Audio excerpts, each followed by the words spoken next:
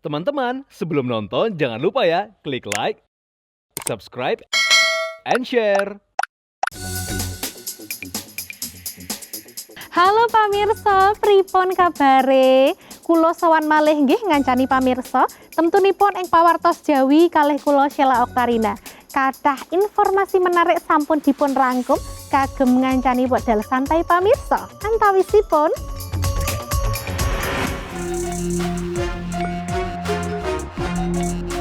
putra paling sae saking Karawang kalian karyanipun ingkang dipun pameraken wonten Shimose Art Museum Jepang.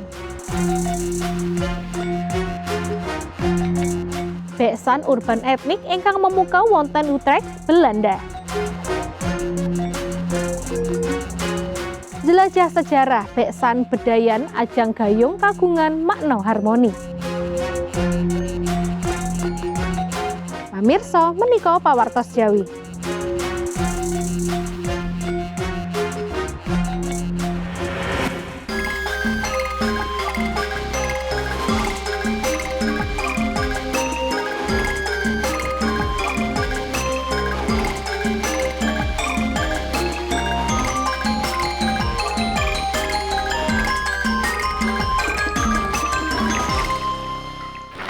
Pamirsa wangsul malih putra bangsa damel aruming asma bangsa Indonesia.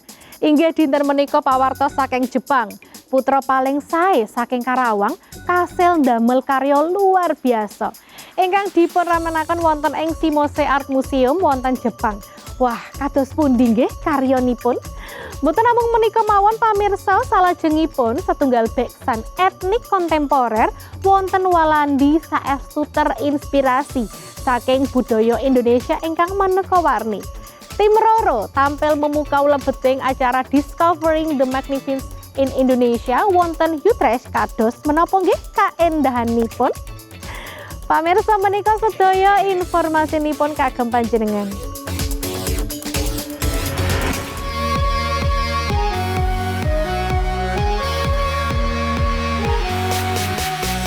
Kabar mingahaken saking salah setunggal putra paling sae saking Karawang.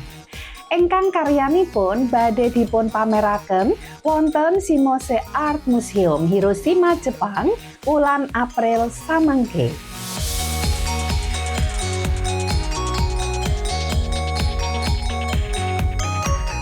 Putra paling sae Karawang menika asmanipun Muhammad Gerli.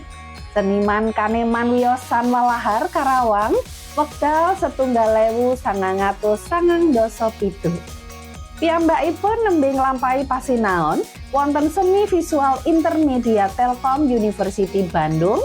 Gerli ugi setunggaling pelajar wonten sekolah swasta ingkang aktif dados creative director.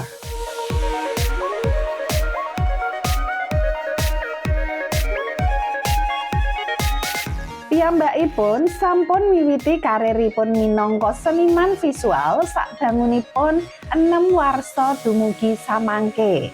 Lan karyanipun sampun nate dipun pameraken wonten ing secacah negari kados Australia, Inggris lan samangke ing warsa menika wonten Jepang.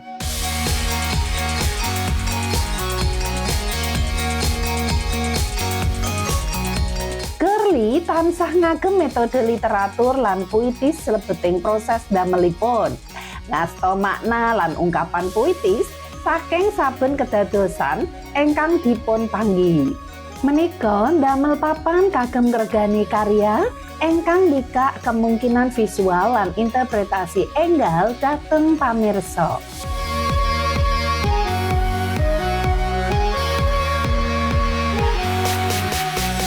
Sejarah tilaran rakyat, lanskap ruang, lan kawicaksanan, sarta nilai lemah lokal inggih menika kegiatan ingkang nyengkuyung ing sakwingkingipun karya Gerli.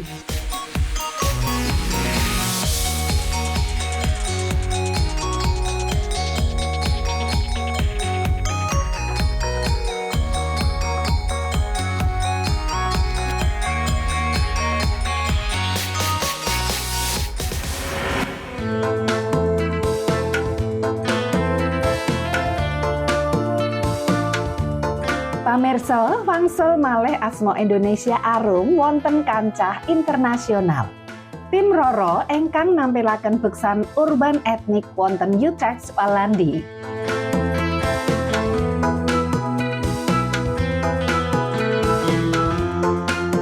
Beksan menika maringi pirsa multisensori lan visual gasem tampilan memukau wonten adicara Discovering the Magnificence of Indonesia 2024.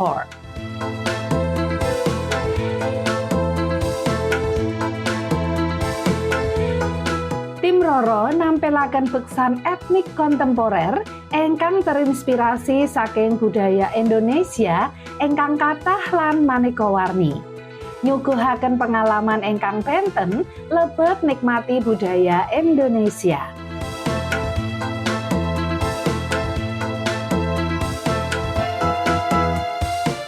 Saben gerakan ingkang dipun tampilaken wekdal adicara kasebat ngasta tresna, donga lan pesen ingkang lebet tumrap labo-labet kaliyan tanah air.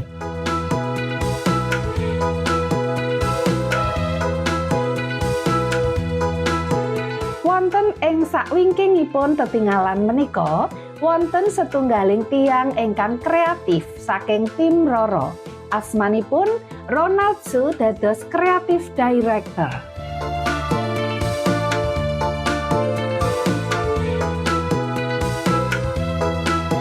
Menarik sanget nggih kawiwitan kalian tema Preserving Culture and Traditionally, tim Roro tampil memukau lebeting adicara Discovering the Magnificence of Indonesia wonten Utrecht kalih ewu sekawan likur.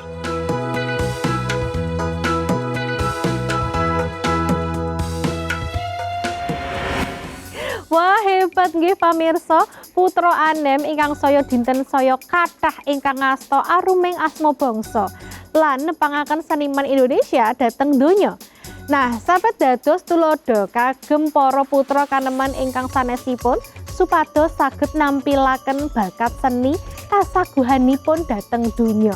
Lan ugi temtunipun beksan ingkang maneka warni saking budaya ing Indonesia dipun dadosaken setunggal kalian tim ingkang kompak lan luar biasa. Penampilan ingkang memukau lan spektakuler.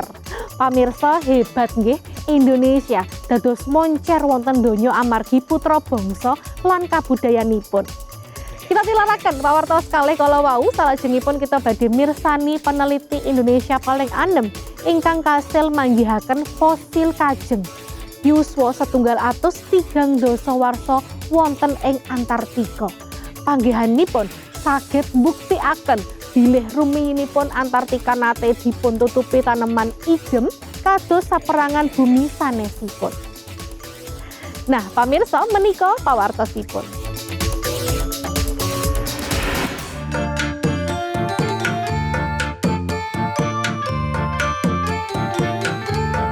Pamirsa, ngertos mboten panjenengan, paneliti paling anem saking Indonesia kasil manggihaken fosil kajeng yuswa 130 yuta warsa wonten Antartika asmanipun Gary Utama.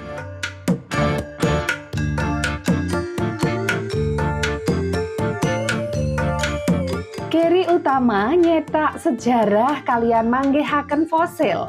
Pemanggihan menika kedadosan sadangu program Russian Antarctica Expedition ingkang kedados ing Februari ngantos Juli 2021.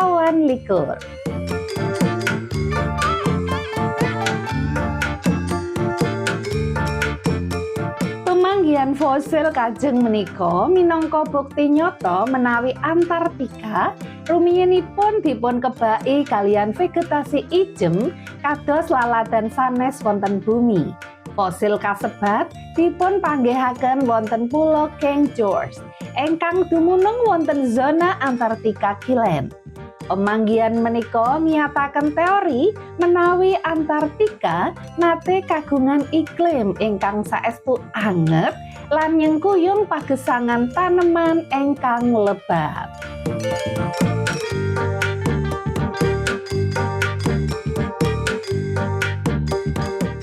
dijelasaken menawi panggihan fosil kajeng menika kasil saking riset ingkang dipun tindakaken kekait kalian rekonstruksi atlas enggal tlatah Pulo King George kagem pemerintahan Rusia.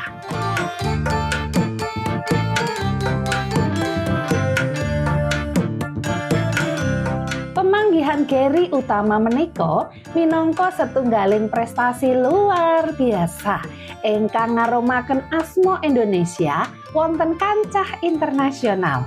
Indonesia kagungan paneliti kaneman ingkang kompeten lan kagungan dedikasi inggil lebeting bidang panaliten lan eksplorasi.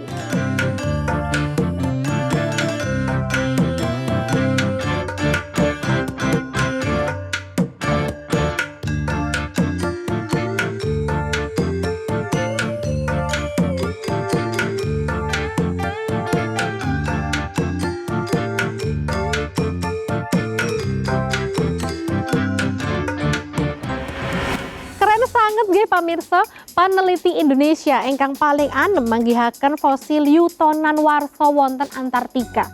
Menika saged nambah pangertosan kita bilih Antartika rumiyinipun boten dipun selimuti es mawon nanging ugi nate dipun tutupi taneman ijem nggih.